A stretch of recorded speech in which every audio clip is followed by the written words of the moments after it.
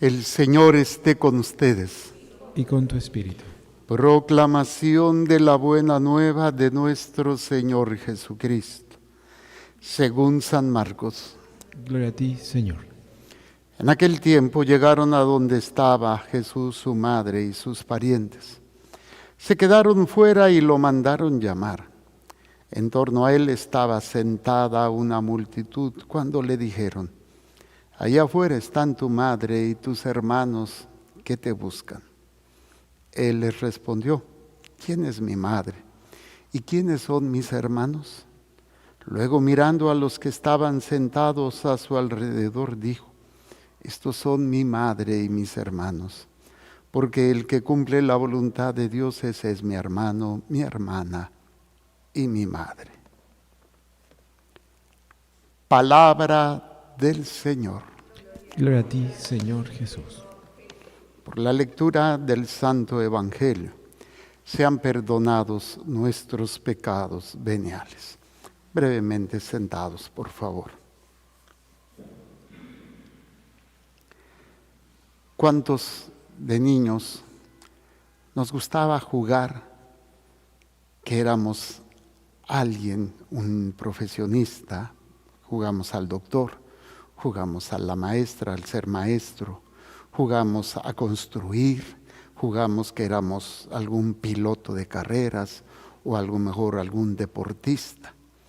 Y en forma de broma o de juego o de inocencia, tratábamos de hacer en una mala forma, o a lo mejor imitábamos a papá y a mamá, queriendo ser como ellos. Y yo recuerdo que me llegaba a poner la ropa de mi papá, porque yo lo admiraba, yo quería ser como él. Y así también me imaginaba jugando, no sé, a ser carpintero. Tenía mis juguetes de un serrucho, un martillo y todo eso de plástico, jugando a desarmar y armar.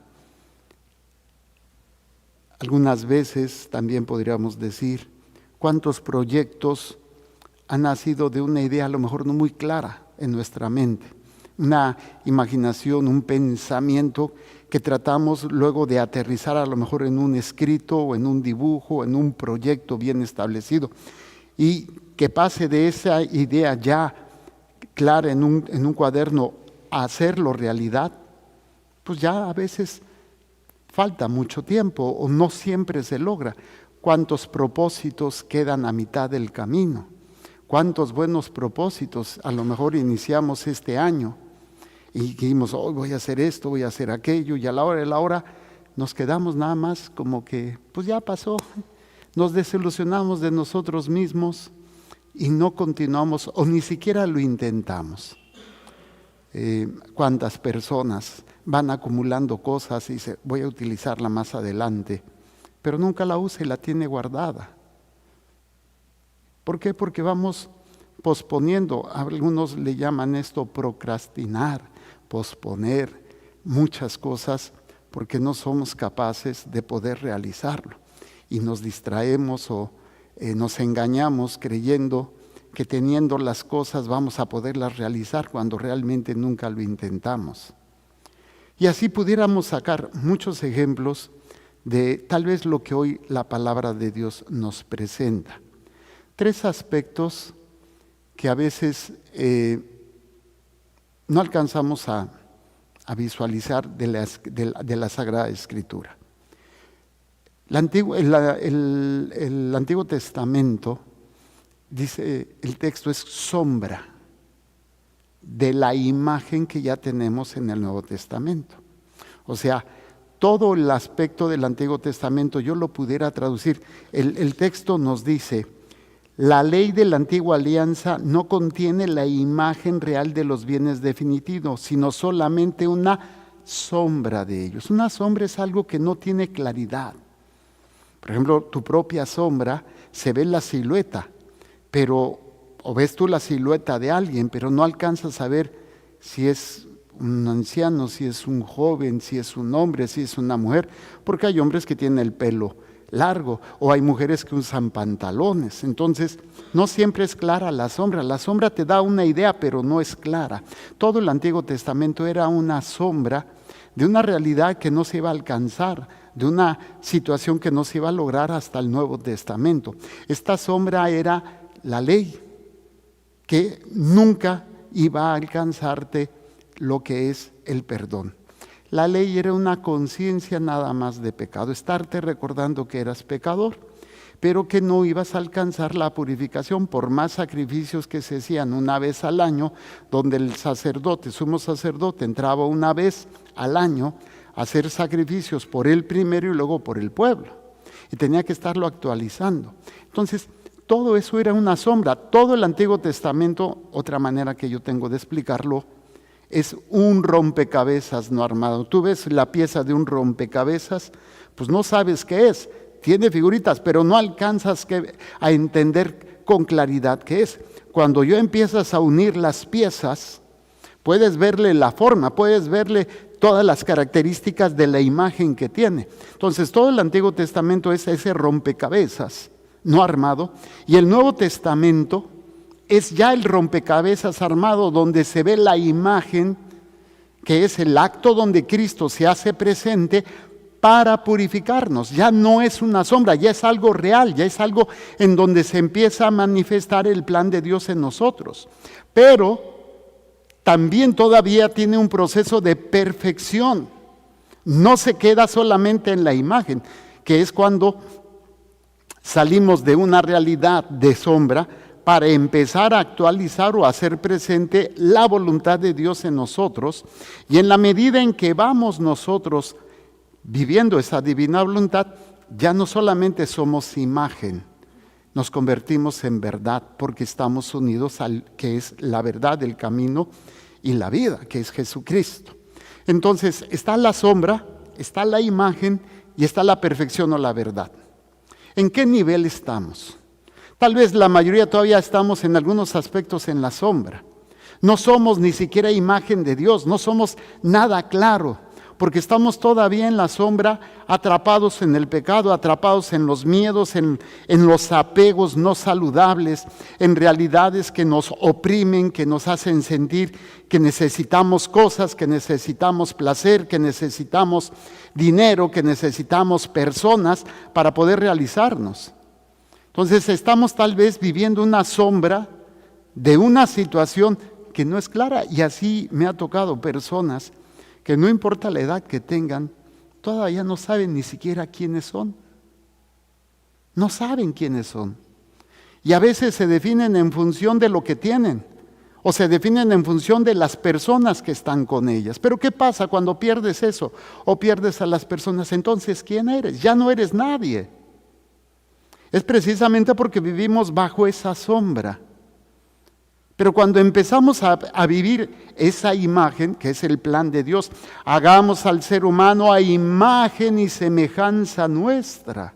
Y la semejanza no es física, la semejanza es en el querer hacer la voluntad de Dios. Entre más querramos hacer la voluntad de Dios, entre más vivamos haciendo la voluntad de Dios, más nos vamos a parecer a Dios. Y esta aparecernos o ser imagen más de Dios se convierte gradualmente en luz, en verdad en nuestras vidas, que es cuando alcanzamos cierto grado de crecimiento, de madurez espiritual. Claro, estamos navegando, a veces caemos otra vez en el pecado, caemos otra vez en la oscuridad, podemos confesarnos, podemos restaurar gracias a la misericordia de Dios y poder vivir pues esa realidad. Incluso la Eucaristía no es más que una imagen de lo que es la realidad eterna, es la realidad celestial. Hay gente que no ve nada en la Eucaristía, no ve más que un sacerdote que dice unas palabras, un pan y un tantito vino y nada más. Pero hay quien ya empieza a ver en esa imagen la presencia real de Cristo, en su cuerpo y en su sangre, que no es más que esa imagen de la realidad celestial, que es la presencia de Cristo ante su Padre, ofreciendo ese sacrificio por nosotros. Y de todas esas almas que ya están en la presencia de Dios. Entonces es un proceso en el cual Salimos de esa sombra cuando nos convertimos, cuando recibimos los sacramentos, cuando empezamos la lucha contra el pecado, para tratar de empezar a vivir como hijos de Dios. En la medida en que cada quien va creciendo, va madurando, nos convertimos un poquito en luz y en verdad para los demás. Pero, ¿en qué nivel estás? ¿Eres sombra? ¿Eres imagen? ¿O eres ya luz? Cuando a veces ni siquiera para uno mismo encontramos qué hacer, nos dejamos atrapar todavía en la oscuridad o en la sombra de nuestros miedos, de nuestros traumas, de nuestros odios, de nuestras necesidades y de nuestros pecados. Entonces, toda la antigua alianza es una sombra de algo que tiene plenitud en la persona de Cristo, pero que eso va creciendo en nosotros en la medida en que nos ejercitamos en hacer la voluntad de Dios, que es lo que va a decir más adelante el apóstol en esta carta cuando se refiere a Cristo, que dice: por eso al entrar al mundo Cristo dijo conforme al Salmo, no quisiste víctimas ni ofrendas. O sea, todos los sacrificios del Antiguo Testamento no eran lo suficientemente para decir ya quedamos. Dice, yo no quiero, dice, ya no quieres eso, ya no quieres, no has querido, no quisiste nada de eso. Dice, pero en cambio me has dado un cuerpo, porque a eso se refiere la Escritura. No te agradaron los holocaustos ni los sacrificios por el pecado, pero me has dado un cuerpo. ¿Y qué voy a hacer con este cuerpo? Y es cuando dice, porque a mí se refiere la Escritura, aquí estoy, Dios mío, vengo para hacer tu voluntad. ¿Cuándo salimos de la oscuridad? Cuando reconozco que tengo pecados, cuando acepto a Cristo y me dejo transformar por Él y empiezo a vivir haciendo su voluntad, me convierto no solamente ya imagen, sino presencia misma de Cristo, a través, no físicamente, sino de la gracia. Entre más hago la voluntad de Dios, más presencia de luz, más presencia de Cristo soy para los demás, pero no por mí, sino por Cristo que actúa a través de mí. Esto lo podemos entender. Bueno, luego dice, comienza por decir, no quisiste víctimas ni ofrendas, no te agradaron los holocaustos ni los sacrificios por el pecado, siendo que eso era lo que pedía la ley del Antiguo Testamento. Y luego añade, aquí estoy, Dios mío, vengo para hacer tu voluntad. ¿Cómo es que yo puedo salir de la oscuridad o de las sombras en la que vivo? Ya no hago mi voluntad o lucho por no hacer mi voluntad para empezar a hacer la voluntad de Dios. Pero cuando estoy que en algunas cosas sí y en otras no, pues no soy claridad, ni siquiera para mí mismo. Y ustedes lo pueden ver cuando enfrentamos una crisis, enfrentamos una situación de pérdida y caemos en una oscuridad increíble y sentimos que el mundo se nos viene encima. El día de ayer fui a ver a una gran amiga y hermana, querida Rosy, pues ahora es una señora, ¿no? Pero cuando yo la conocí era una joven. Y le ha tocado vivir situaciones horribles. Cuando sus hijos tuvo 2 hijas, tenían 6, 7 años, los atropelló, los chocaron una tráiler y se murió su hija más pequeña. Y ella con una fe lo enfrentó. Después, hace unos par de años, su hija que le quedó, la doctora Marisol, salió con una enfermedad muy grave que la tenía casi inválida. Y ha salido adelante con una fuerza y un interés. Y ahora a ella le han detectado un tumor en el páncreas. Y ayer que fui, la confesé, le di la unción y platiqué con ella. Y ella, una fortaleza en el sentido es que por mí no hay problema. Lo que me preocupa es mi esposo y mi hija.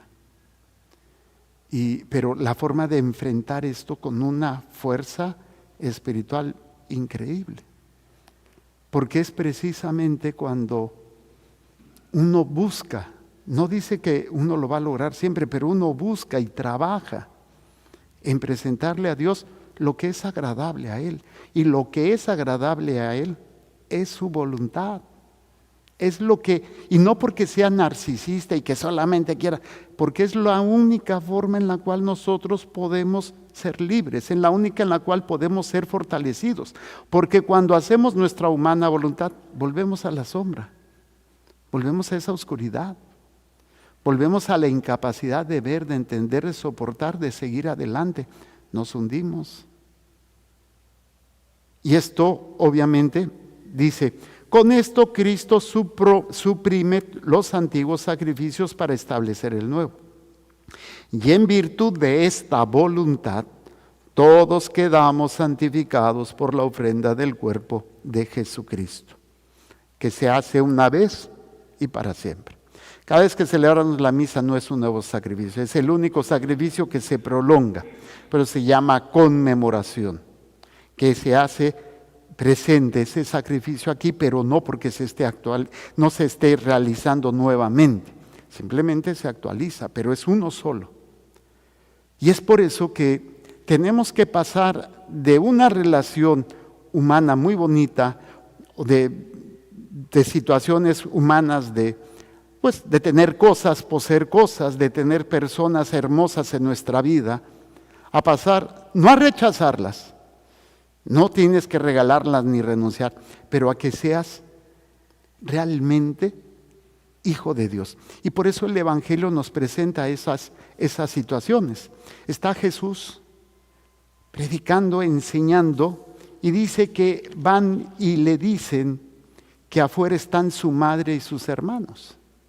No está rechazando a su familia, no está rechazando a sus familiares, no está rechazando a su mamá.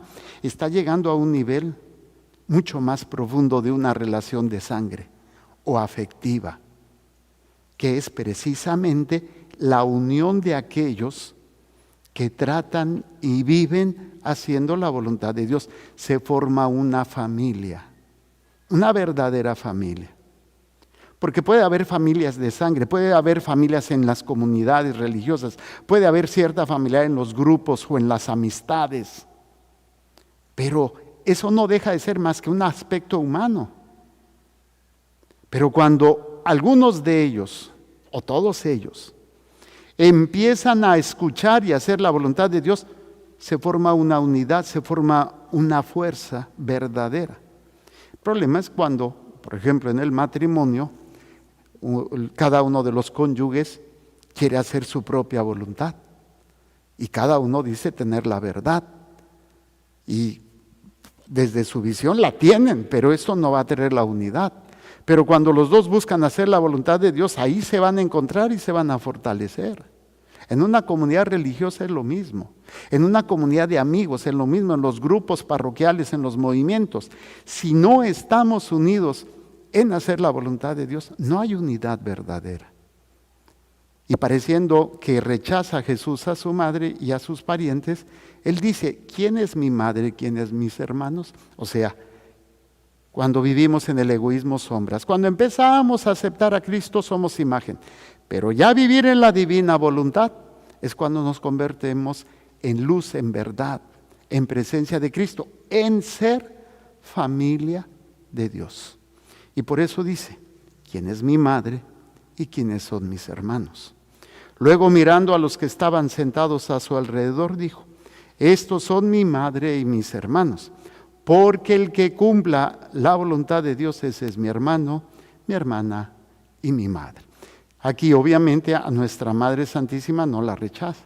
Dice, hay una relación de sangre, pero la relación con María es muchísimo más que de sangre, porque es la primera y la única criatura que ha logrado vivir la voluntad de Dios en la perfección humana. Todos los demás intentamos, a veces le echamos, a veces no, a veces nos desanimamos, a veces volvemos a caer en la sombra y nos volvemos a levantar. La pregunta, nuevamente con la que quiero terminar, es, ¿en qué grado estás? ¿Eres sombra? ¿Eres imagen? ¿O ya vives en la verdad? Hagamos un momento de silencio.